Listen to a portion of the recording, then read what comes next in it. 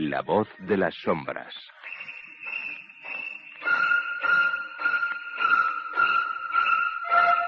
Juan Ignacio Blanco es la voz de las sombras.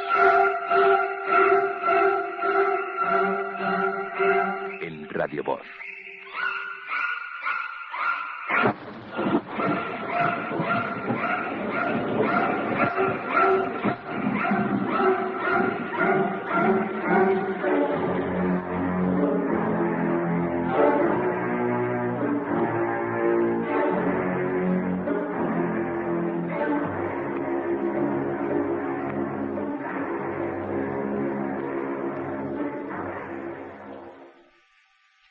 Susana Ruiz Llorente, una joven de 16 años, salió de su casa el 9 de enero de 1993 para asistir a un concierto.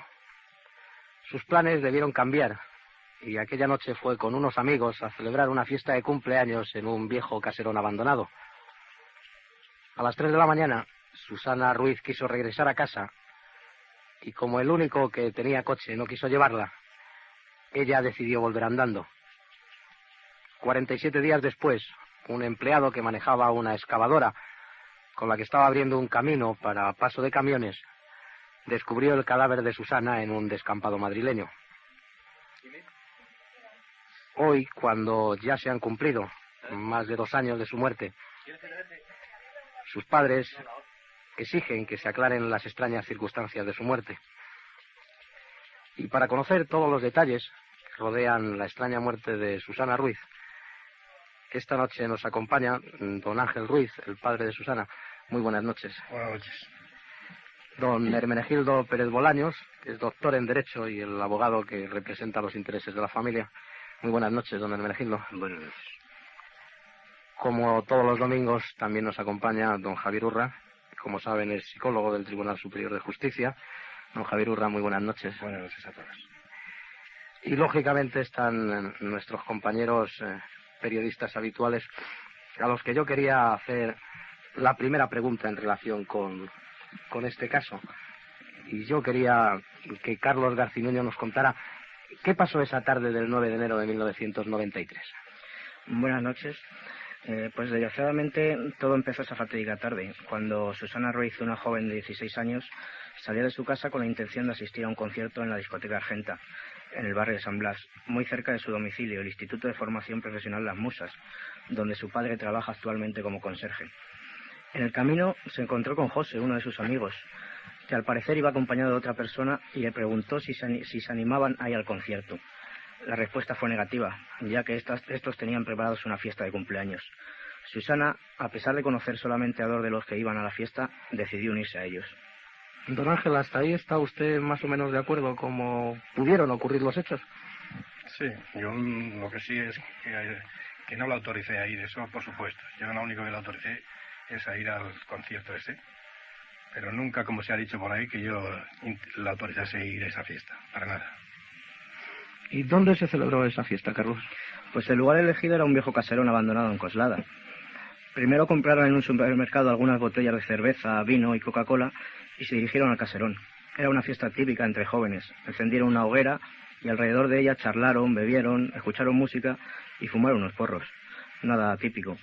Susana no habló demasiado, pero nadie encontró nada normal en eso. De todos modos, algunos de los presentes era la primera vez que la veían. Allí llegamos, hicimos un fuego, buscamos leña que había en la misma casa, en el garaje, hicimos un fuego, pusimos música y empezamos allá a beber y a bailar y eso. Empezamos a beber, a fumar, en fin, ¿no? Y todo tan normal, no noté a ella ni nada extraña, ni si tenía, no nos comentó si tenía algún problema. No, como no era ella tampoco muy habladora y tal, ¿no? Pues hablando tranquilamente, normalmente, ¿no? No la noté así ni nerviosa, ni algo excitada, nada. Muy callada, siempre estaba detrás de la espalda de alguien de nosotros, detrás mía, se ponía de detrás, yo le decía que se arrimara a la hoguera, se arrimaba un poco y nada, se iba otra vez para atrás, detrás de un coche, muy callada. Yo es la primera vez así que salía con ella. Y aproximadamente, no recuerdo muy bien, pero creo que serían las 2:30, cuando Susana nos comentó de que le quedaba poco tiempo ya para irse a casa y tal, ¿vale? Pues nada, ella siguió allí pues alrededor de unos 20 minutos o así más, Y pues seguimos normalmente la fiesta, bebiendo, escuchando música y tal, hablando así un poquillo, en fin. Y ya alrededor de las 3 más o menos le echaríamos cuando ya ella decía que se iba. Susana se fue a las 3 de la mañana, porque ella me dijo a mí que tenía que estar a las 3:30. Ya vamos, que me enseñó el reloj, por eso sé la hora exacta en que se fue. Carlos, ¿y qué pasó después de esa fiesta?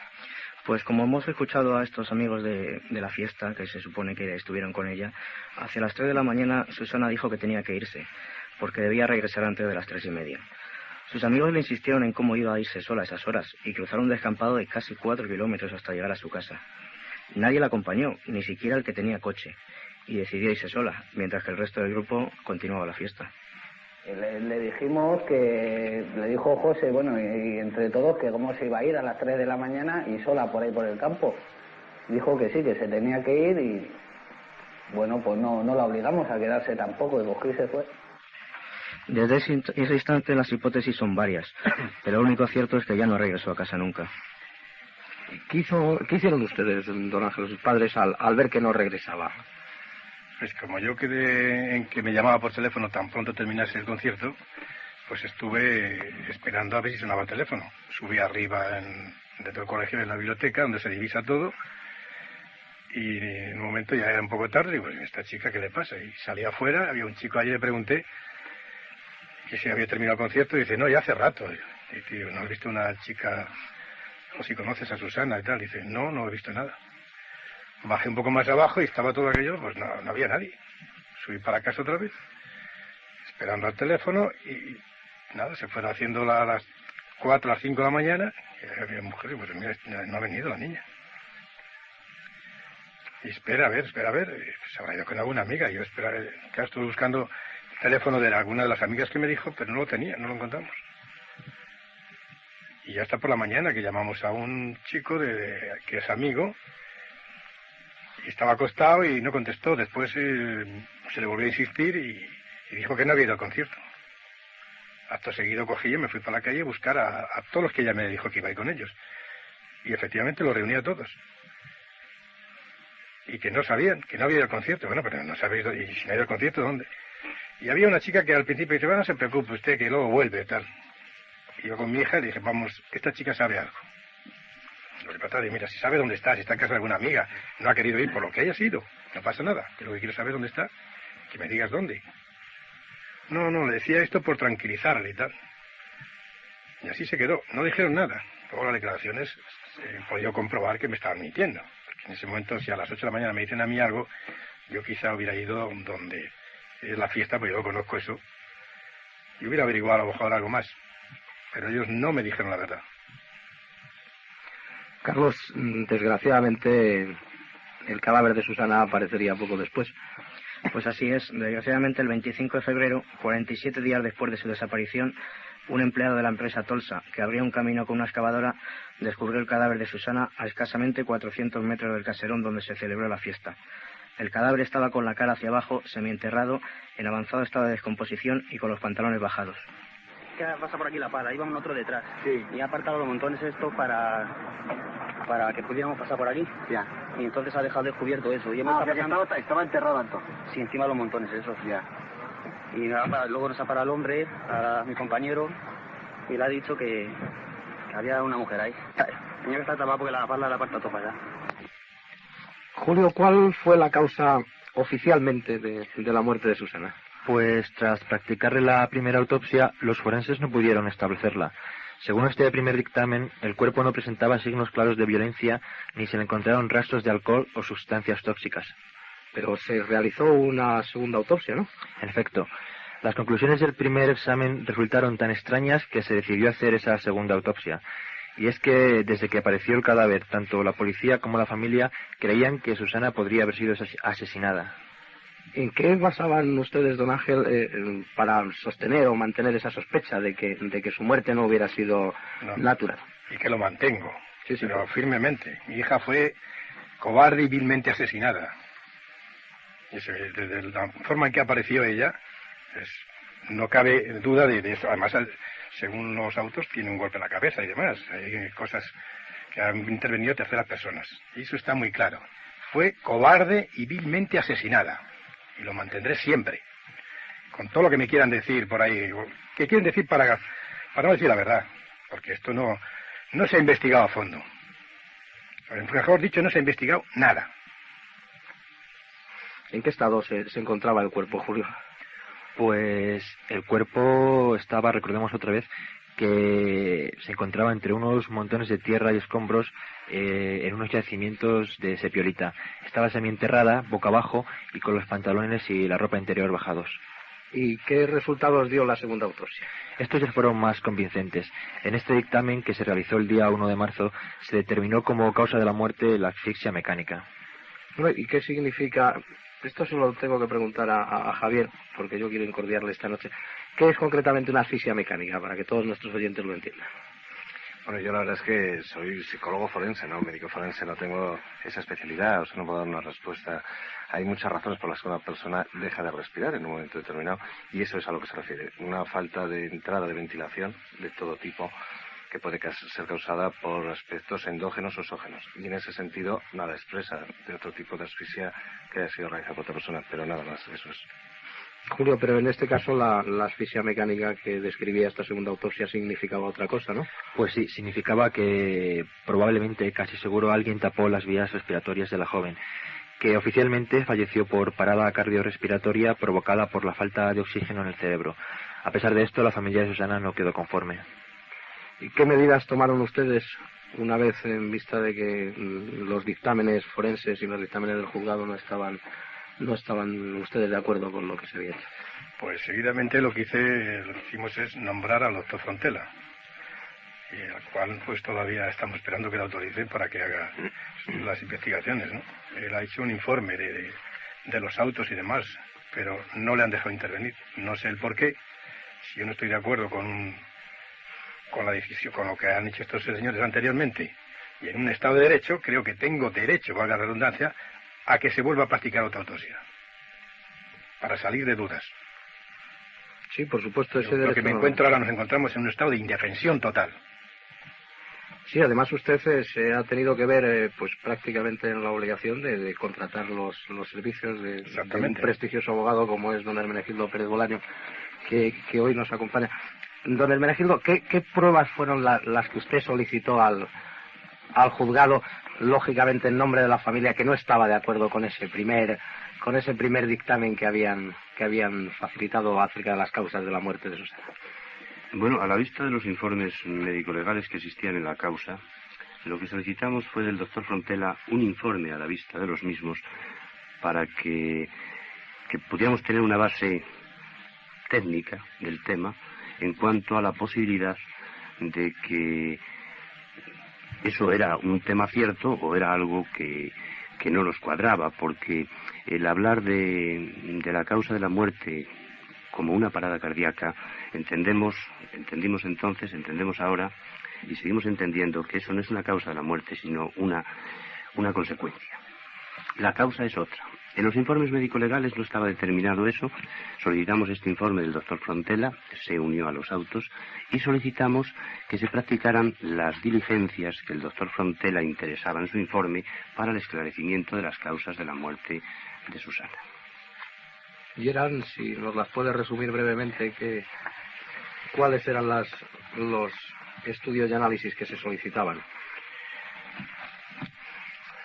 Bueno, en las conclusiones del informe del doctor Frontela, a la vista de todo lo que había actuado, se decía en la primera de ellas que a lo largo de los informes periciales examinados no hay ningún dato objetivo que permita establecer con certeza, ni siquiera con aproximación, cuáles fueron la verdadera causa y mecanismo de la muerte de Susana Ruiz Llorente. Entonces, él indicaba que para poder peritar acerca de la verdadera causa y mecanismo y circunstancias de la muerte, sería necesario de disponer de los siguientes elementos: copia de todas las fotografías efectuadas del cadáver, tanto en el transcurso del levantamiento del cadáver como de las autopsias practicadas e incluso de aquellas obtenidas en los laboratorios.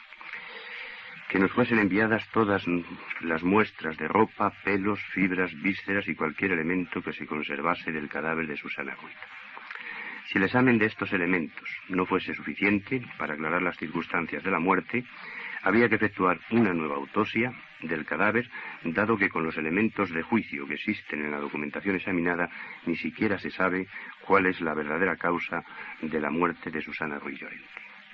Entonces nosotros solicitamos del juzgado instructor que se le facilitaran al doctor Frontela todas estas muestras para practicar un nuevo estudio médico-legal para llegar al esclarecimiento de las causas de la muerte, puesto que ya no era una impresión de un abogado de que no estaban determinadas en los informes que existían, sino que eran de una autoridad en medicina legal la que decía la necesidad de hacer esas prácticas. ¿Y cuál fue la respuesta del juzgado instructor a estas peticiones? Esta petición fue denegada por el juzgado instructor. Javier Urra, como parte no implicada en el tema, y a lo mejor es más fácil opinar, ¿por qué una juez, en este caso la juez Ana Ferrer, que es la persona encargada de instruir este sumario, deniega la solicitud de unas pruebas como esta?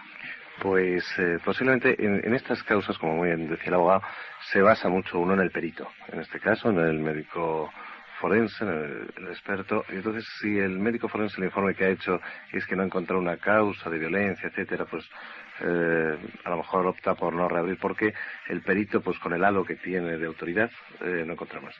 Pero yo sí creo que el juzgador obrará en conciencia, pero que me está acordando ahora de un libro de un gran penalista que es Luis Jiménez de Asúa, sobre crónica del crimen, de casos que se han reabierto luego posteriormente en la historia y que han demostrado grandes errores judiciales. Y por lo tanto yo en eso sí estoy de acuerdo con el padre, de que se debe de investigar hasta el final, por lo menos hasta que se tenga una respuesta clara y concisa. Al menos en este caso realmente es que no la hay. Bueno, pero en nuestro ordenamiento jurídico se sobreentiende que una persona que se siente perjudicada por lo que él considera que es un error judicial, o no un error judicial, sino simplemente que no se han aclarado pues las causas reales de la muerte de un familiar suyo, no tendría por qué contratar los servicios profesionales de un abogado particular, sino que, por lo menos tal y como plantea nuestra Constitución, la justicia en nuestro país es libre y gratuita y tendría que actuar de parte de la Fiscalía.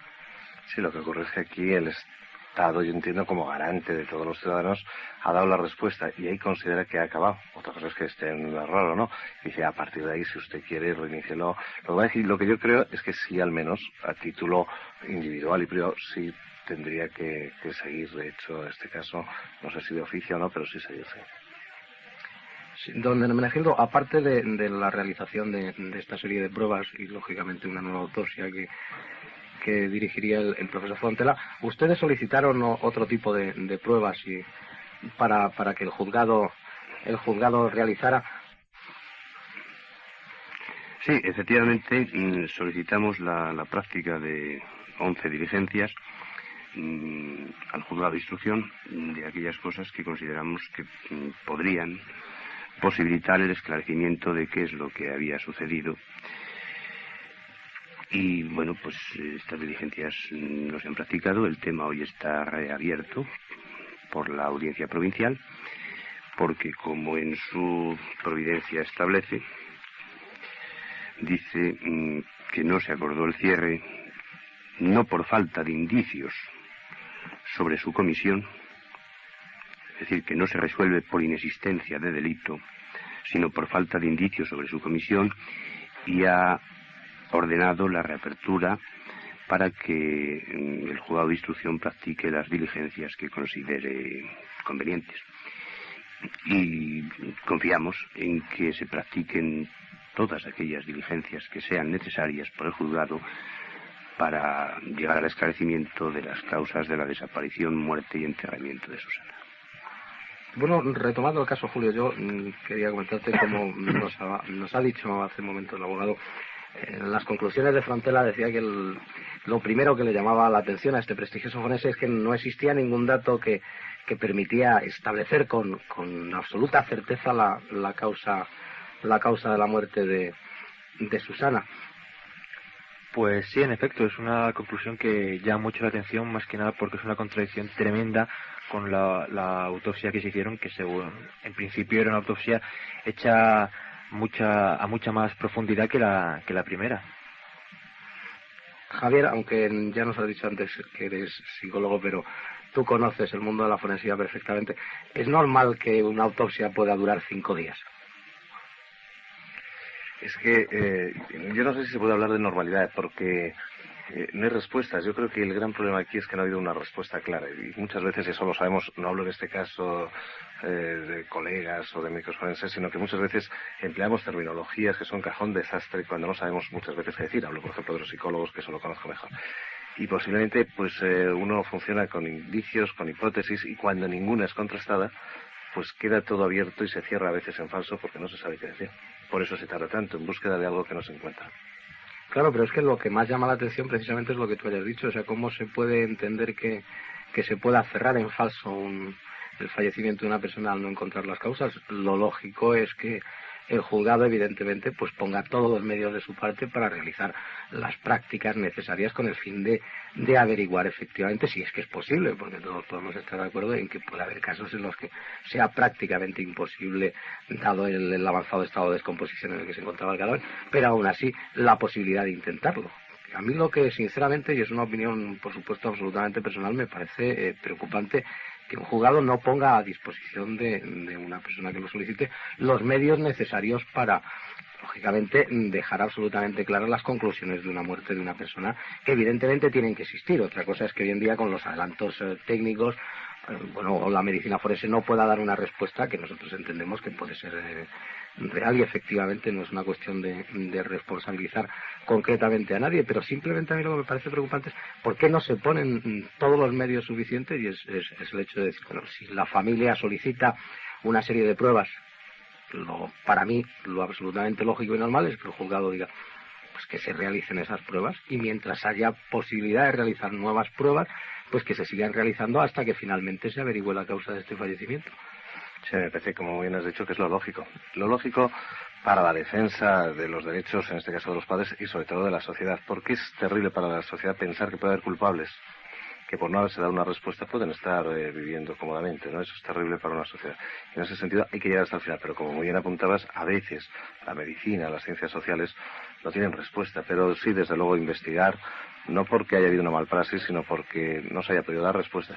Y en ese sentido también la bibliografía es muy extensa en que la medicina forense, la antropología forense, consigue resultados pasados años, lustros, décadas. Es decir, que no es una cuestión de tiempo, y muchas veces las investigaciones, si se hacen en profundidad, encuentran la respuesta con un detalle mínimo.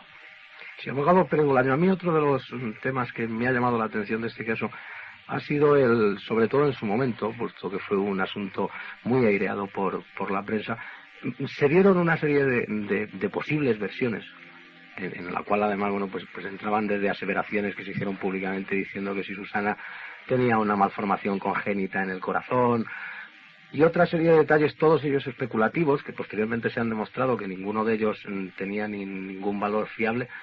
¿De dónde han sacado los periodistas todos estos datos? ¿Es que hay periodistas que se inventan las cosas? Pues esa pregunta yo no puedo responderle. Efectivamente, se ha especulado mucho, se han dicho muchas cosas que efectivamente no son ciertas, porque ni constan en los autos, ni hay ninguna actuación en ese sentido. ¿De dónde se lo han sacado? Yo no lo sé. No le puedo contestar a esa pregunta. Don Ángel, yo tengo que hacerle una pregunta que evidentemente pues estará en el aire, y que muchas personas que no conocieran, por supuesto, a su hija, pues pudieran pensar y decir, ¿cómo era normalmente el carácter de su hija? O sea, ¿era una chica de 16 años normal, o consumía drogas, bebía, era un...? Me tiene que perdonar que yo le haga esta pregunta, pero muchos de nuestros oyentes se lo estarán haciendo, diciendo, bueno, pues ¿qué hace una chica a las 3 de la mañana en una fiesta con unos jóvenes? ¿Esto fue un caso, una situación aislada, o Susana había hecho alguna vez alguna de estas escapadas, al fin y al cabo normales, a los 16 años, porque las hemos hecho todos? Efectivamente, todos hemos hecho... Decía a los padres, vamos al cine, y nos hemos ido al baile, cosas de esas. Pero que haya ella fumado o consumido eso en casa, jamás lo he visto. Empezaba a fumar pitillos, que yo le dije, te empiezas a quemarte muy pronto, deja de fumar. Pero esporádicamente, alguna vez le hubiera sorprendido. En cuanto a bebidas, pues yo no le he visto más que Coca-Cola. No creo yo que... Y esa fiesta, pues es un poco de decir... Se iba a ir al concierto, le dijeron otros, y se metió en el coche, creyendo que iban a volver otra vez. Pero claro, se fue prolongando y cuando ella quiso venir nadie la trajo. Según lo que han dicho, vamos, de todas las cosas que están diciendo que de droga y de esto. Ella, las primeras declaraciones que hicieron estos individuos era que ella se mantuvo atrás, tímida, cobarde. Sí, porque además muchas veces ya hasta pienso que intuyendo lo que le iba a pasar. Todos eran mayores que ella, pero bastante mayores que ella. Exactamente. Si en un momento dado dijo ella que se marchaba, ¿por qué igual que la llevaron no la trajeron? ¿Por qué no fueron capaces de venir a casa a decir lo que había pasado, sino la callaron por respuesta? Haber venido, oiga, que nosotros no hemos hecho, haga usted lo que quiera con nosotros, eso me hubiera dejado a mí más tranquilo. Y sin embargo, de esta forma yo sigo sospechando de ellos. ¿Usted ha hablado con ellos? No. Ellos tenían que haber hecho, haber dado la cara, haber venido a decir lo que había ocurrido, y incluso haber dicho, mira, haga usted lo que quiera con nosotros, pero nosotros no tenemos nada que ver, no, la callada por respuesta. Se han hecho en algunos medios de comunicación, por la radio, sobre todo uno, que dijo estas palabras, y perdonen, si su padre está jodido, que se joda. Ya lo ventilaremos, no te preocupes.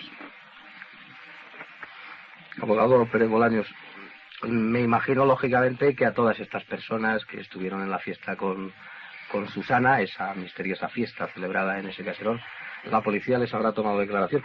Oficialmente en el sumario, ¿qué es lo que han declarado estos jóvenes sobre lo ocurrido aquella noche? Bueno, vamos a ver, yo quisiera precisar ahí primeramente dos cosas. Una primera, y es que cuando yo me hago cargo de esta causa es en noviembre del año 93, es decir, esto había sucedido en febrero. Entonces estas personas ya habían prestado declaración ante la policía y habían prestado declaración en el juzgado. Yo no he estado presente en ninguna de las declaraciones que han prestado estos chicos. Entonces, en ellas hay múltiples contradicciones, incluso, bueno, pues cabe la duda de que Susana estuviera o no estuviera en esa fiesta, porque hay contradicciones en la forma en que dicen, o con quién dicen que fue a la fiesta, si fue con 2 personas o con 3, en las declaraciones de ellos. Es decir, hay múltiples contradicciones muy importantes en el esclarecimiento de la veracidad de que eso fuera así.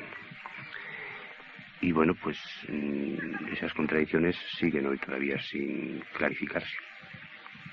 Ahora, si entráramos precisamente en lo de las contradicciones, Carlos, desde luego, como estamos viendo, parece que quedan muchos, pero muchísimos cabos sueltos. Pues así es. Después de 2 años todavía quedan muchas preguntas en el aire. Las incógnitas que hay son numerosas y aún están sin resolver. Por ejemplo, parece ser que los últimos en verla con vida fueron los compañeros de la fiesta.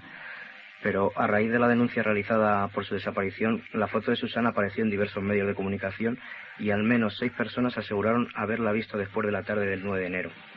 Tomás Arribas, amigo suyo desde hacía mucho tiempo, afirmó haberla visto 2 días después de su desaparición en compañía de 2 chicos. Pero no resultó nada extraño porque él no sabía nada de lo que estaba ocurriendo. ¿A usted, don Ángel, le han llegado noticias de personas que vieron o dicen haber visto a su hija días después de ocurrir esta fiesta? Sí, ha habido llamadas diciendo que la han visto. Hemos salido enseguida a ver si efectivamente era cierto y no ha coincidido. Lo de Arribas, pues la conocía porque fue un alumno del colegio, la conocía desde que llegamos allí. Pero según él no tenía conocimiento de que hubiera pasado nada. Cuando vio en el portal de su casa, vio la foto. Es cuando vino a casa a decirme que él la había visto pues 2 horas antes. Salimos con un coche de policía y este chico y otro señor, estuvimos el barrio de Simancas, le dimos vueltas por todos los sitios. Incluso abrimos 2 coches, que había allí gente, habían 2 chicas y un chico en uno y así. Y dimos muchas vueltas y nos metimos en algunos pads y demás por ahí y nada. Nosotros no encontramos nada. Julio, pero yo lo que no puedo entender, y me imagino que nadie, es cómo pudo el cadáver aparecer a 400 metros del caserón donde se había celebrado esta fiesta fantasma, cuando la policía, los amigos y familiares rastrearon todos los alrededores y no encontraron absolutamente nada. Pues tú lo has dicho, nadie se lo explica. Incluso la madre de Susana aseguró que su hijo y sus amigos buscaron por la zona pocos días antes, pero que no encontraron nada. Los perros de la policía tampoco descubrieron el cadáver, y eso que rastrearon 1 kilómetro alrededor del caserón. Además hay otra cuestión, y es que el cuerpo estaba semienterrado por tierra y escombros, pero la empresa Tolsa, la que trabajaba allí en esa mina, afirma que hacía más de 6 años que allí no se depositaban materiales. Don Ángel, como nos acaba de decir Julio ahora mismo, su mujer comentó que su hijo, no sé si usted, habían rastreado, por lo menos mirado por esa zona. Se hizo un rastreo con los alumnos del colegio. Yo fui a salir enfrente mismo y aquello no estaba movido ni había nada allí. La perra, que es una perra que tenemos en casa, que era muy amigo, allí mismo. Y los perros de la policía saltamos por allí mismo. Aquello estaba de viejo, allí no había nada. A los 2 días hemos estado también sentados allí con otro amigo y allí no había nada. Es rarísimo. ¿Qué hipótesis, Carlos, entonces se pueden barajar para explicar cómo apareció el cadáver de aquella forma? Bueno, pues como hemos descrito antes, con los pantalones bajados y semienterrado. Pues la policía no dio muchas explicaciones, pero hay indicios de que Susana pudo haber sido enterrada por terceras personas. El cadáver apareció boca abajo, con la cara hacia abajo. Y esto puede suponer que era para eliminar pruebas. ¿Por qué? Porque el material era sepiolita, y la sepiolita tiene un poder corrosivo que destruye todos los rasgos. Y hay que recordar que la cara de Susana estaba desfigurada, por lo cual se puede pensar que entra en juego la hipótesis de que Susana pudiese haber sido estrangulada. Abogado Pérez Bolaño, desgraciadamente los informes de autopsia que se han realizado hacen una data de la muerte, pues lógicamente con mucha ambigüedad dado el tiempo transcurrido y las circunstancias en las que apareció el cadáver. Pero con todos los datos que estamos barajando y después de la aseveración que ha hecho don Ángel Ruiz de que estuvieron en el lugar donde apareció el cuerpo, ¿existe la posibilidad de que el cuerpo hubiera sido colocado allí posteriormente? Bueno, yo creo que existen todas las posibilidades, porque mientras no se esclarezcan las cosas, caben todas las posibilidades. Y efectivamente, ahí se efectuaron los rastreos por alumnos del colegio, por los padres, por la policía científica, con perros policías, adiestrados. Incluso, bueno, pues en eso no se ha encontrado absolutamente nada. Cabe esa posibilidad, porque antes, cuando se ha hablado de que hay personas que la vieron, efectivamente, además de los que se han citado aquí, existen otras personas que la han visto, a las que, bueno, pues ni se ha tomado declaración, ni se las ha interrogado en ningún sitio ni nada, y que, bueno, que las han visto y que están ahí, días después de suceder la fiesta. Entonces caben todas las posibilidades. Es decir, mientras no se clarifiquen y se determinen unas y otras, pues puede caber cualquier cosa.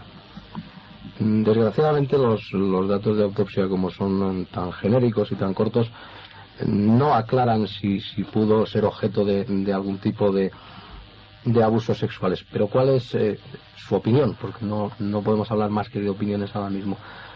¿Plantean que pueda existir esa probabilidad? Puede existir esa probabilidad o puede no existir.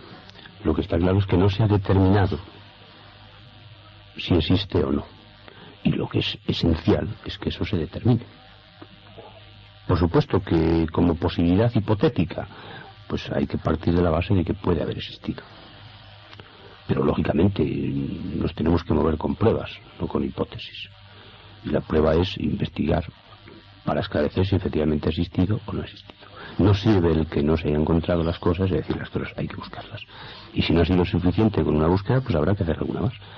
El caso es que se determine y se clarifique lo que ha sucedido, porque lo que pretende la familia es que se clarifique lo que sucedió con Susana.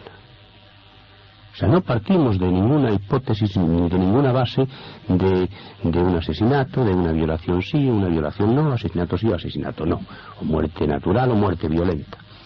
Se parte de la base de que lo que se pretende es que se clarifique qué sucedió con Susana, porque todos los indicios y todas las circunstancias apuntan a que eso no ha sido una muerte natural, porque aparece enterrada.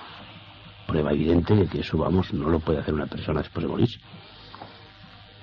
Javier, yo te tengo que poner nuevamente en un brete, pero después de todo lo que estás escuchando, ¿tienes una opinión sobre lo que pudo haber ocurrido?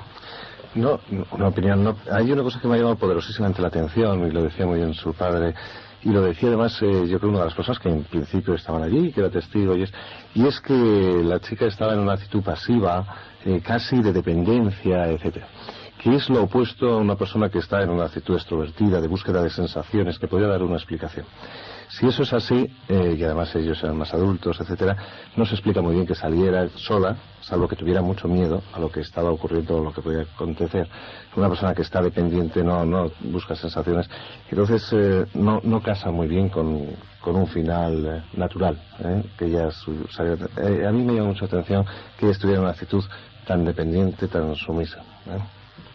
Pero yo tengo que volver a insistir, porque a mí desgraciadamente lo que me llama poderosamente la atención de este caso es que de una forma u otra, sin entrar en las responsabilidades particulares de cada uno, no vamos a decir si la culpa la puede tener la policía, si son los médicos forenses o si es la juez instructora, aunque en definitiva de quien depende la autorización para poder realizar las pruebas que ha solicitado la familia es de la juez instructora, de una forma u de otra se esté poniendo trabas a la realización de esas pruebas que de alguna forma pues den una solución real y concreta a este caso, porque como muy bien decía antes el abogado Pérez Bolaño, y yo creo que en el informe de la autopsia que yo tengo delante, decir que una persona ha muerto por una parada cardíaca, pues yo creo que es una de esas verdades de perogrullo que todos sabemos absolutamente, y que es así, y que es como desgraciadamente nos va a tocar morir a todo el mundo. Pero a mí, yo intento buscar alguna hipótesis, aunque sea la más extraña posible. ¿Qué interés puede existir en que no se averigüen las causas reales de la muerte de una chica en la cual no hay causas políticas, no hay implicaciones, por lo menos aparentemente, de personas poderosas económicamente en un principio, dado la zona, el barrio, y bueno, y el poder adquisitivo de la familia, que es una familia pues de clase media normal, que vive de un sueldo? Resulta difícil intentar, comprender que aquí se hubiera creado una especie de complot en el cual, pues desde los miembros del grupo de homicidios, pasando por los médicos forenses hasta llegar al juzgado, hubiera un interés concreto en que esto no se averiguara. Pero sin embargo la realidad viene a demostrar que se han solicitado una serie de pruebas para que se realicen de cara a poder averiguar las posibles causas de la muerte, y sin embargo pues estas se deniegan. Esto yo es que de verdad me sigue llamando poderosamente la atención y quiero encontrar una respuesta y no se me ocurre a nadie más que preguntársela que a ti.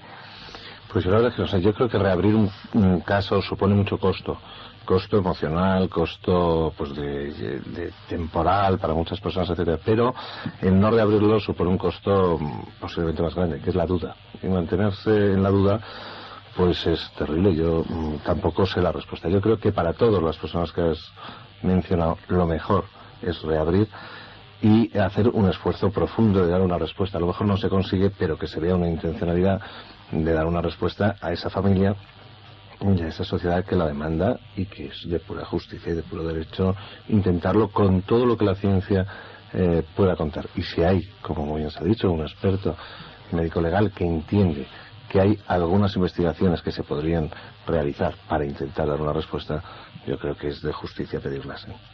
Yo creo que estamos más o menos en ese sentido todos de acuerdo, y un poco la intención mía al traer hoy al padre de Susana, sabiendo el mal rato que lógicamente va a pasar por este asunto, es hacer un llamamiento que yo creo que está un poco en el sentir de todo el mundo, que ha conocido el caso hace 2 años, cuando la prensa lo aireó porque parecía que en un momento determinado vendía, donde desde luego, como hemos podido comprobar, pues por el esfuerzo que ha hecho nuestros compañeros Carlos y Julio, sobre todo en la hemeroteca, viendo que se publicaron las verdaderas barbaridades, donde se abusó y se utilizó la figura de una chica, porque además coincidía con fechas con otros crímenes que llamaron poderosamente la atención en nuestro país, y parecía que entonces podía interesar.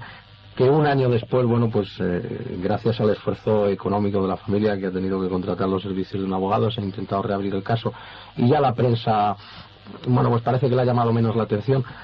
Pero yo creo que en el fondo, si la muerte de Susana no queda clara y no se aclara, yo creo que nos van a dejar a todos un poco huérfanos, porque desgraciadamente es una situación en la que puede verse envuelta cualquier persona en nuestra sociedad. Y yo, desgraciadamente, cuando empecé con el periodismo de sucesos y la crónica de tribunales, yo tenía una idea de la justicia que me imagino que es la utópica que todos hemos aprendido y cada vez, con el paso de los años, que desgraciadamente ya son muchos, pues va variando hacia peor, y yo creo que prácticamente es un sentimiento nacional de desconfianza hacia la justicia, que parece que o no puede o no sabe o no quiere poner los medios necesarios para solucionar, sobre todo un caso tan grave como este, en el que yo vuelvo a repetir, y desde aquí me gustaría hacer un llamamiento personal y público a la jueza Ana Ferrer para que intente poner, si es simplemente poner los medios necesarios para intentar averiguarlos. Eso no quiere decir que se vaya a poder averiguar, porque desgraciadamente, bueno, pues hoy en día la ciencia no es exacta ni es perfecta, pero que por lo menos se pueda dar esa satisfacción a los padres de decir: se ha hecho todo lo que se ha podido, estas son las conclusiones a las que se ha llegado. Si ustedes consideran, o hay alguien, no solo el señor Frontela, sino cualquier perito en cualquier sitio, no solamente español, sino en cualquier lugar, que tuviera la posibilidad de decir: señores, yo creo que a lo mejor sí se me facilitan estos datos concretos, o estos detalles concretos, o estas muestras concretas, a lo mejor están, pues que de alguna manera se intente facilitar el trabajo de estas personas, porque yo creo que si no estamos llegando a unos límites que a mí me parecen verdaderamente preocupantes. Pero yo quería hacerte otra pregunta al hilo de esto, y yo creo que se da en bastantes jueces en nuestro país. ¿Por qué son tan reacios los jueces a ordenar una exhumación de un cadáver? Bueno, ya lo apuntaba antes, ¿no? Porque supone un costo en todos los sentidos. También hay que pensar que hay otras partes. Hay unas personas que se sienten a lo mejor de nuevo aludidas, o otra vez que se ponen tela de juicio, que tienen que volver a situaciones que, bueno, donde todos... Yo no estoy tan de acuerdo con que la justicia no funciona. La justicia, y eso lo sabe muy bien el abogado que está aquí, nunca puede dar la respuesta más que a una de las dos partes, porque es un debate, y no siempre ni a una de las dos. Es decir, la justicia es lenta, es endémicamente lenta, porque muchas veces además el sistema probatorio también lo es, y bueno, a reabrir también enlentece. Ahora, yo creo que has dicho una cosa que es cierta. Por lógica, la sociedad, las personas buscamos lógica y coherencia, y en este caso no hay ninguna de las dos. No hay ningún razonamiento que dé esto por cerrado ni por... No es comprensible, y es algo que el ser humano, que es racional, pues exige una respuesta. Otra cosa es ser ético y decir: no tenemos respuesta. Acabar diciendo: para este caso está abierto, porque no tenemos una solución, porque no sabemos qué acontecer. Pero habría que llegar a esa respuesta. Lo otro es, lo hemos dicho antes, dejarlo abierto, y eso es una deuda con todos, y sobre todo con ella, que es atroz. ¿Sí? Pero realmente puede ser que las autoridades tengan miedo a volver a investigar todos los hechos, porque por los hechos que estamos viendo aquí, esto sinceramente es una chapuza. Y entonces volver a rectificar todos los errores, ¿no puede haber un poco de miedo en las autoridades volver a investigar el caso y contradecir todo lo que han dicho hasta ahora? Pues yo creo que no, porque es que realmente no se ha hecho nada. Si es que tampoco hay tantos errores, simplemente no se ha concluido posiblemente. Yo no creo y a las personas que conozco, que tengan tan escasa capacidad autocrítica, o que tengan miedo a que otra persona enmiende la plana. Yo creo que cualquier profesional que trabajamos en la Administración de Justicia intentamos con buena fe trabajar, y a lo mejor no se sabe o no. No, yo no creo que eso sea, sino que a lo mejor lo que hay es una cierta vagancia mental, ¿no? Es decir, bueno, pues ahí ha quedado y ya está, bastantes casos hay, bastantes problemas tenemos y tal. Pero aquí se ha apuntado, yo creo que esta noche ha servido mucho para decir: estos casos no pueden quedar así. Hay que darles la respuesta, y se tarde lo que se tarde, ¿no? Porque es algo socialmente demandado y necesario para la justicia, para la sociedad, y para los hipotéticos o hipotético culpable, o para otras personas que puedan pensar que los casos quedan así, ¿no? Sin respuesta. Bueno, porque es que aquí hay otro factor que quizás nos estemos olvidando. Aquí está don Ángel, el padre de Susana, que durante meses pues ha tenido que leer en diversos medios de comunicación, escuchar en emisoras de radio o ver en la televisión, pues personas opinando sobre las costumbres de su hija, sobre lo que había hecho su hija, sobre si su hija era drogadicta, sobre si su hija bebía alcohol, sobre si su hija tenía malformaciones y deformaciones congénitas en el corazón, sobre lo que le han podido hacer, sobre lo que no le han podido hacer. Y claro, nos olvidamos en el fondo de que hay una persona y hay una familia que ha perdido una hija, y que lo único que está pidiendo, y yo creo que ese es el mínimo derecho que cualquier ciudadano tiene que tener en un Estado de Derecho como es este, que es a que las autoridades simplemente le aclaren qué es lo que ha ocurrido y le pongan los medios necesarios. Además, a mí lo que me parece de verdad francamente preocupante es que una persona tenga que coger los servicios, utilizar los servicios de un abogado con el desembolso económico que lógicamente repercute en la propia familia para intentar averiguar algo que se presupone o se da por sentado que el propio Estado, bueno, pues tendría que ser el primer garante de ese derecho y tendría que ser el primer preocupado en averiguar estas posibles causas. ¿Usted ha sentido impotencia, don Ángel? ¿Cómo se siente uno cuando se está constantemente chocando contra un muro? Es una impotencia total, porque no sabes ni por dónde respirar, por dónde salir. Porque, como bien ha dicho antes, en la prensa se ha salido una cantidad de mentiras, de incongruencias que te dejan de ser deshecho. Yo, vamos, no entiendo que ciertos periodistas se permitan hacer unas valoraciones que perjudicando y haciendo mucho daño a la familia, como lo han hecho. Vamos, que no creo que hay que decir la verdad y hay que hablar sobre lo que es el tema sin faltar para nada. Y esto no ha sucedido. ¿Y qué es lo que puede hacer usted ahora o qué es lo que va a hacer ahora? ¿Esperar? Nosotros vamos a seguir. El señor Pérez Bolaño, que es un gran abogado y una persona sensible y de una humanidad que, gracias a él, yo muchos días estoy calmado, gracias a él, y su gran... Estoy poniendo nervioso. Su gran capacidad de trabajo y que en ningún momento ha dado marcha atrás para nada. Él sigue adelante y eso nos lleva a nosotros a tener más fe y a seguir adelante. Cuando hemos recibido ciertos golpes, al hablar con él hemos salido adelante otra vez.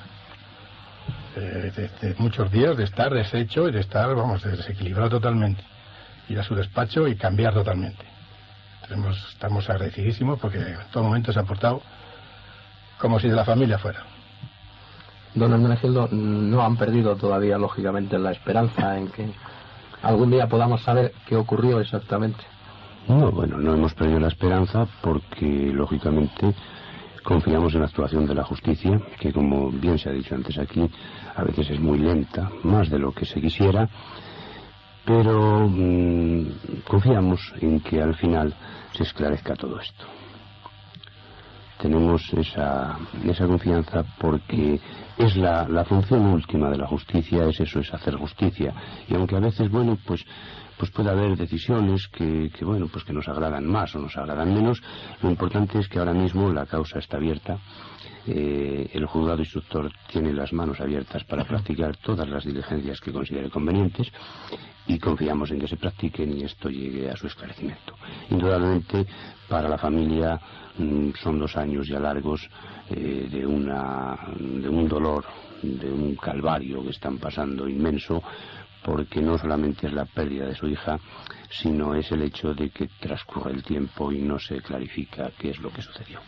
Cuando creemos que sobran indicios para ver que algo no normal sucedió con Susana. Javier, al hilo de todo esto, ¿podemos sacar alguna conclusión? Sí, yo creo que se sacan algunas, que esta noche esto sirve de denuncia pública, que como bien dice el abogado, esto está reabierto, que si hay alguien culpable, tiene que ir pensando que sí, que la justicia es lenta, pero que, como se dice vulgarmente, el brazo de la justicia es largo, o sea que no estaría tan tranquilo si fuera el culpable, y que por lo tanto yo sí tengo fe en todos los compañeros, en los jueces, en los médicos forenses, y yo creo que al final se esclarecerá, cómo no, la verdad. Conseguiremos algún día, porque en parte yo al principio la verdad es que cuando uno se enfrenta con una situación de estas, yo lo tengo que reconocer públicamente, yo siento mucha rabia. Me pone francamente frenético el darme cuenta que hay un tema absolutamente claro y que ves que inexplicablemente parece que se cierran puertas, que no hay ese interés, o aparentemente parece que ese interés no está. Y bueno, al final hay que intentar suavizar un poco la cuestión. Somos, de todas maneras, al hilo de esta conversación, víctimas de esta maquinaria de la justicia que tenemos tan anticuada todavía. ¿No hay alguna forma de no de intentar resolver estas situaciones, pero que temas como este no puedan estarse demorando 2 años y que cada papel para viajar de una planta a otra, de un edificio del juzgado, tarde 6 meses en llegar. Esta burocracia, este papeleo, esta lentitud, esto que se pierde, esto que no aparece, la policía no está de acuerdo con la fiscalía no sabe lo que está haciendo el secretario del juzgado no recibe los papeles que tiene que recibir. Esto es absolutamente imposible de solucionar. Vamos a estar siempre teniéndonos que quejar de la lentitud de la justicia, a la que siempre achacamos las culpas como si fuera un ente abstracto, cuando la justicia está compuesta por personas que tienen nombres y apellidos y que se levantan todas las mañanas como cualquiera de nosotros. Yo diría 2 cosas. El verdadero problema no está en la justicia, sino en la injusticia, en la gran injusticia social que hay, en cómo somos muchas veces los seres humanos y en la cantidad de actos que nos hacen llegar a la justicia. Ese es el primer problema, que es lo que desborda. Segundo, es muy importante. Decía Le Bruyère que la justicia dilatada en el tiempo ya es en sí una injusticia. Y ese es el caso en el que estamos, ¿no? Pero al ser siempre procedimientos contenciosos y donde se puede recurrir y tal, pues la verdad es que son recidivos y es lento. Y yo creo que la justicia debe ser rápida, pero no tan inmediata, que se obre también mucho bajo los efectos de la pasión. Es decir, que también tiene un tiempo necesario. Bueno, don Hermenegildo, como desgraciadamente nuestro tiempo se va agotando, ¿quiere hacer alguna última reflexión? Bueno, mi última reflexión sería que nosotros tenemos, ya lo he dicho antes, confianza en que la justicia haga su trabajo, lo haga bien y llegue a las conclusiones que determinen qué pasó con Susana, por qué desapareció, de qué murió y quién la entregó. Don Ángel, su última reflexión o petición, tiene los micrófonos abiertos para decir. Lo que vengo pidiendo siempre, que se investigue hasta el fondo y se llegue hasta cómo se ha realizado, quién ha sido, cómo, quién y cuándo. Que se haga una investigación a fondo, que hasta ahora para mí no se ha hecho. Y por eso están las cosas como están, después de 2 años, que se den cuenta de lo que estamos pasando a la familia. Carlos Garcinuño, un último apunte. Pues solamente decir eso, que han pasado 2 años del asesinato y en realidad no sabemos nada. O sea, no ha habido ninguna investigación. La policía dice que ha investigado, pero no ha hecho absolutamente nada, a mi entender. Y que es triste que después de 2 años todavía el caso no se sepa absolutamente nada. Julio. Pues yo voy más o menos por el mismo camino. Yo no entiendo cómo un juzgado o una juez puede estar tanto tiempo sin prácticamente hacer nada, con tantos indicios como hay y bueno, tantas diligencias como ha presentado la familia de Susana en este caso, que creo que han sido 11, y ella pues las ha denegado todo. Yo eso no lo puedo entender. Bueno, pues yo creo que lo único que podemos hacer desde aquí es ese llamamiento a que de una vez por todas pues intenten poner los medios necesarios para que algún día, lo más pronto posible, podamos saber qué le ocurrió a Susana Ruiz. Muy buenas noches.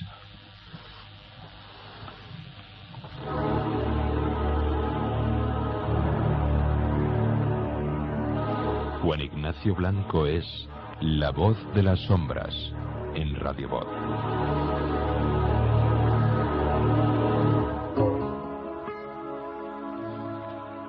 Este programa no hubiera sido posible sin la producción de Manuel Antelo y la participación de José Luis Pérez en el control de sonido. Muy buenas noches.